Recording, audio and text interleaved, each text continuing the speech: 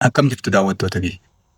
Mindaa haaraa hojjetaa mootummaatiif amma fooyya'ee gadhiifamee wal qabatee akkaataa kamiin peerooliin hojjetamee mindaa qulqulluun harka nu ga'u beekuu dandeenyaa kan jedhu tiitoraalii gabaabaatiin qopheessee jira waan ta'eef tiitoraalii gabaabaa qophaa'e kanarraati mindaa qulqulluu harkasiin ga'u beekuu dandeessuun jedha.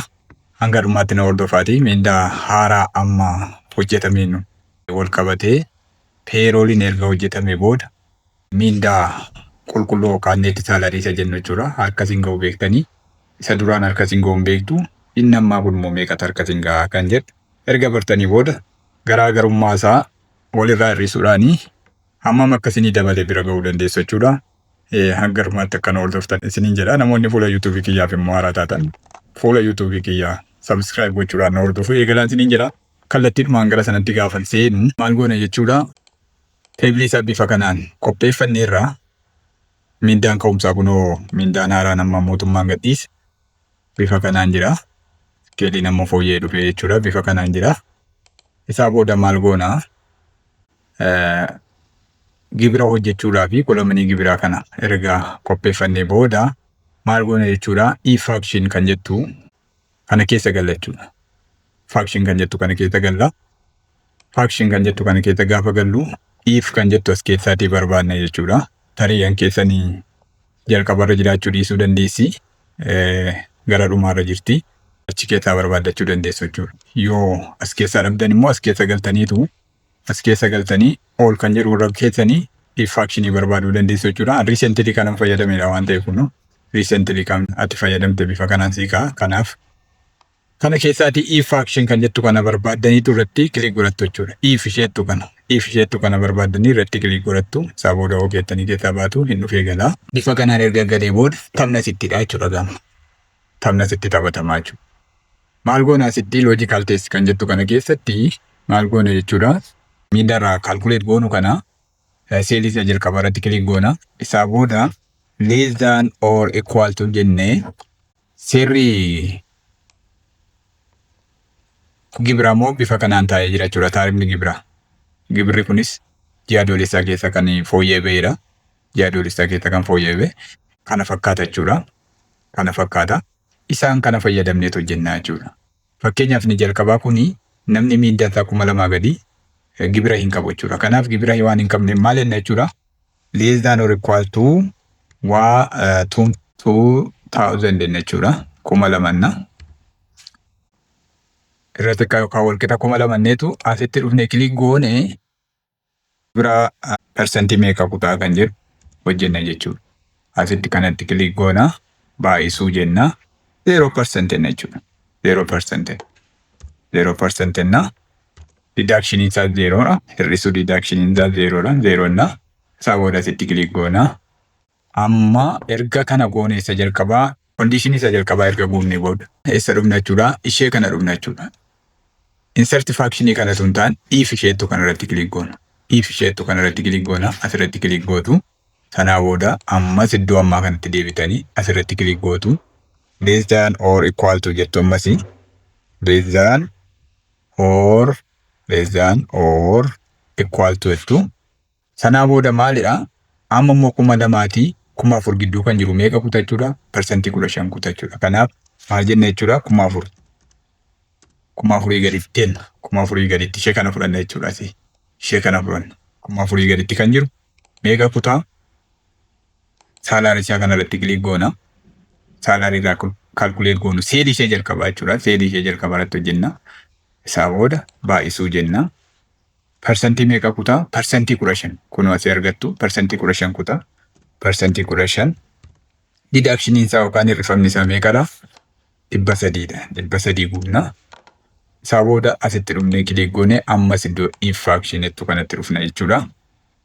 Ammas dhufnee asitti kilik goona seelii jalqabaa kanarratti kilik goona less than or equal to ammasii. Inni itti aanu immoo jechuudha 4,100 hanga 7,000 kan jiru persentii 20 kutaadha. Kanaaf maal goona jechuudha 7,000 atsuufna kanatti deebinee kilik goona baay'isuu jenna. Meeqa kutan jedhee persentii 20% jettu. Meeqa turraa hir'ifamaa deductioniin isaa immoo meeqa 500 500 jettu. Asitti kilik gootu. As dhuftu ammasii. Ammas asitti kilik gootu. Less than or equal to jettu. 701 hanga 10,000 kan jiru immoo parsantii 25 kutaadha. Kanaafuu 10,000 goona jechuudha. 10,000 gaditti kan jiru. Eega kutachuudha. Miindaa isaa baay'isuu. Miindaa isaa baay'isuu parsantii 25 kutaa. Parsantii 25 jettu. Meeqa turraa rifamaa deductionin isaa 850 850 asitti kilik gootu. Ammas asuma dhuftu. Ammas asitti kilik gootu. Less than or equal to 11,000 hanga 14,000 kan jiru immoo meeqa kutaa parsantii 30 kutaa. Kanaafuu 14,000 jenna. 14,000 gaditti jenna.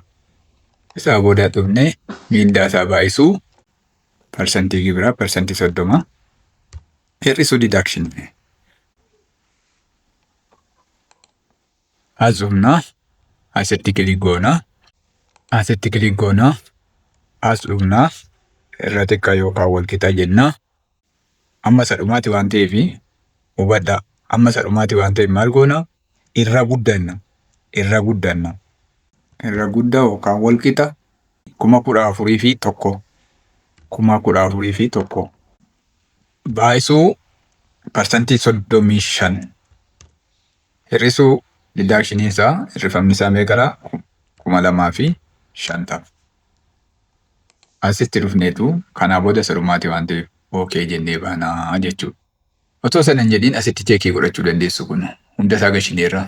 Inni jalqabaa galeera. Inni lammaffaan galeera 4,000. Inni sadaffaan galeera 7,000. Inni arfaffaan galeera 10,000. Inni shanaffaan galeera 14,000. Kun isa dhumaati jechuudha. Kanaa booda okay inni keessaa baanaa jechuudha. Amma yoo biraa gootan. Kana fakkaata jechuudha. Kana fakkaata. Sanaa booda soorama hojjenna. Soorama hojjennu. Sooramni hin beektu. Parsantii 7 gross salary ta'uu isaan beektu. Parsantii 7 gross salaryidha. Kanaafuu maal goona? Is equal to salary seelii jalqabaa kana irratti cuqaafne baay'isuu jennee parsantii 7 jedhu. Parsantii 7.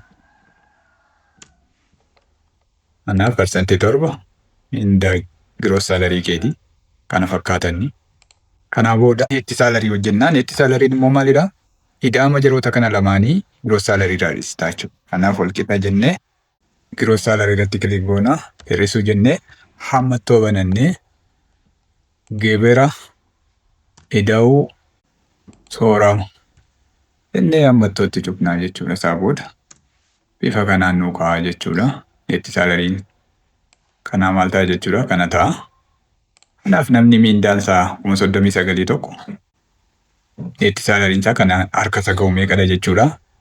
24,670 jechuudha. Abbaan miindaa 6,4,880 jechuudha. Akka Oromiyaatti immoo tariitii buusaa gonofaa jira waan ta'eef kan buusaa gonofaatti daa'uu dandeessu. Buusaa gonofaa. Kan buusaa gonofaa parsantii tokko neetti salariidha. Parsantii tokko miindaa harkasii ga'uu irraa cita waan ta'eef is equal to jettee miindaan harkasii ga'uu isa kanadha. Baay'isuu parsantii tokkotti jechuudha. Parsantii tokko. Parsantii tokkotti isaa booda okay inni geettaa banaa kana kutachuudha. Namni miindaan harkasa ga'u 4,880 qarshii 48 tuqaafuu guutaa jechuudha buusaa gonofaadhaaf. Isaa booda diraagiyaa goonu bifa kanaa yeroo kaalkuleet goonu kana fakkaata jechuudha. Amma kaan harkasii ga'u miindaa qulqulluu harka nu ga'u beekuudhaaf wal qixannee maal goona? Gross salary irratti hir'isuu gibira hir'isuu cuftuu bannee gibira ida'uu soorama ida'uu kan buusaa gonofa wal qixa.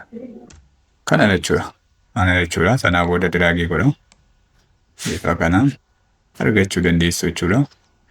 Bifa kanaan argachuu dandeessu jechuudha. Kana fakkaata jechuudha. Kana fakkaata. Bifa kanaan kaalkuleet gochuu dandeenya jechuudha. Bifa kanaan kaalkuleet gochuu dandeenya. Hojjedhaa dhaalaan siniin jedha. Kanaaf amma salphaalumatti waan asirraa hubatamu miindaa kanaan dura miindaa durii beektuu amma harkas hin ga'u. Miindaa haaraa kanarraatii miindaa durii yoo hir'istanii meeqatu akka isinii dabale bira ga'uu dandeessu jechuudha. Meeqa akka isinii dabale. Kan harka isin ga'u keessaatii meeqa akka isinii dabale beekuu dandeessu jechuudha. Bifa kanaan kaalkuleet gochuu dandeessu. Namoonni fuula yuutuubii kiyyaaf haaraa taatan barnoota teekinooloojii wal qabatu fuula yuutuubii kiyya irraatii argachuu dandeessu waan ta'eef fuula yuutuubii kiyya sabiskiraayib, laayik, sheer gochuun dagatiin isiniin jedha. Nagaan naa turaa. Horaa bulaa.